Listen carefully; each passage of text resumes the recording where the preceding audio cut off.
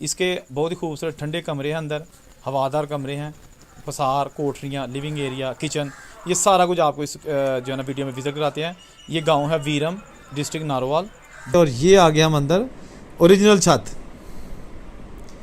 Original छत। ये area जनाब अब देखिए बहुत बड़ा पसार, जो पुराने बंदे हैं वो जानते हैं कि पसार जो बड़ा कमरा होता था उसको कहते थे। और ये आज भी ओरिजिनल हालत में, सब कुछ ओरिजिनल हालत में मौजूद है।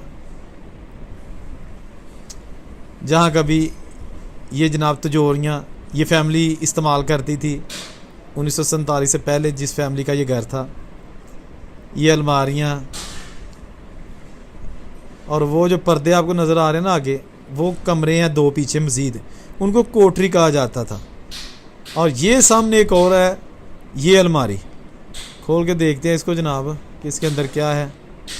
एक हो खुल गया,